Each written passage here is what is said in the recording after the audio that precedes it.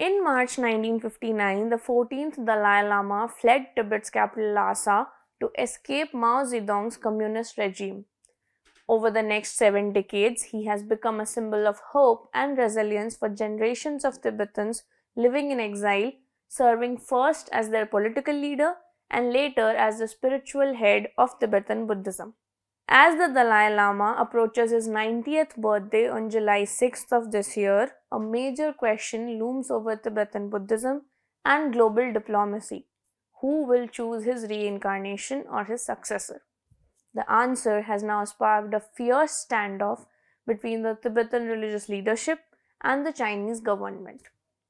Hello and welcome to The Print. My name is Debdutta, and today we discuss why the succession statement from the Tibetan spiritual head is significant and why China is concerned. Now, in a video statement from Dharamshala yesterday, the Dalai Lama made it clear. Only the Gaden Farong Trust, a body that he has founded, has the authority to decide on his reincarnation.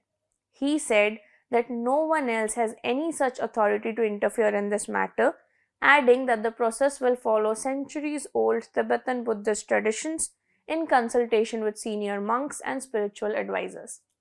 Now, this declaration effectively shuts out China, which claims to have the right to approve all high-level reincarnations within Tibetan Buddhism, including that of the Dalai Lama. The Chinese government swiftly responded and asserted that the state must approve any future Dalai Lama and that the selection must comply with Chinese laws and historical practices. But why did China say so? Following the communist takeover in China, the People's Liberation Army entered Tibet in 1950, and a year later, Tibet was formally annexed. Now, in March 1959, there was a national uprising against the Chinese rule, which was then violently suppressed. This is the same crackdown where the Dalai Lama fled Lhasa, crossed into India, into what is present-day Arunachal Pradesh, and by 1960, the Indian government, then under Jawaharlal Nehru, had settled him in McLeodganj, Dharamshala, where he established the Tibetan government in exile. Now, China on its part points to a Qing dynasty era ritual which was introduced in 1793 and is called the Golden Urn method. This method involves drawing lots to identify reincarnated lamas. In 2007, China further codified its control by issuing a regulation that prohibited any reincarnation search without official approval of the Chinese government. It also institutionalized the Golden Urn method for selecting reincarnated spiritual leaders. In 2015, Padma Choling, who was then the head of the Standing Committee of the People's Congress of Tibet and a senior Chinese official, publicly rejected the Dalai Lama's assertion that governments should have no role in choosing his successor. So, the reincarnation of the Dalai Lama is not just a religious matter, it is also deeply political. The 14th Dalai Lama, who is Tenzin Gyatso, was born on July 6, 1935 in the small village of Taksar in northeastern Tibet, which is now part of China's Qinghai province. At the age of 2, he was recognized as the reincarnation of Tibetan Gyatso, who was the 13th Dalai Lama. On March 14, 2011, the Dalai Lama wrote to the Tibetan parliament in exile to formally give up his political responsibilities, and this transition was completed on 29th May, ending the centuries-old tradition of the Dalai Lama serving as both spiritual and political leader of the Tibetan people. Now, many Tibetans fear that once the Dalai Lama passes away, Beijing will attempt to install a state-approved successor in order to legitimize its control over Tibetan Buddhism and suppress the Tibetan identity.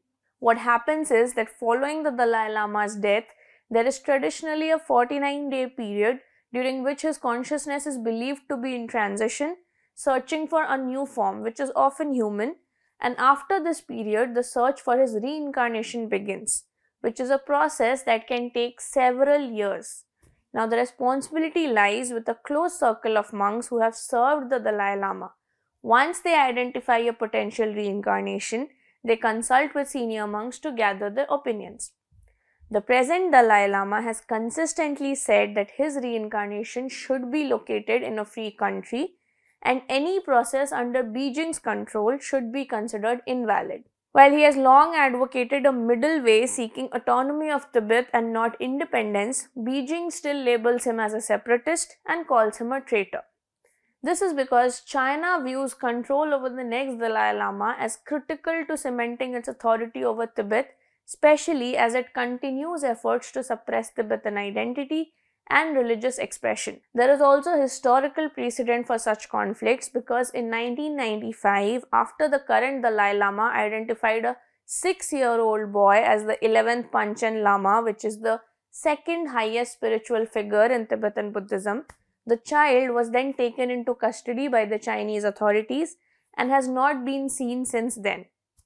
This year, the Chinese appointed Pancham Lama publicly even expressed allegiance to the Chinese Communist Party during a meeting with President Xi Jinping. Meanwhile, for the Dalai Lama, this is not the first time that he has addressed succession. In 1969, he stated that Tibetans themselves should decide whether the institution of the Dalai Lama should continue at all. In 2011, after having stepped down from political leadership, he said that the religious community alone should decide his successor.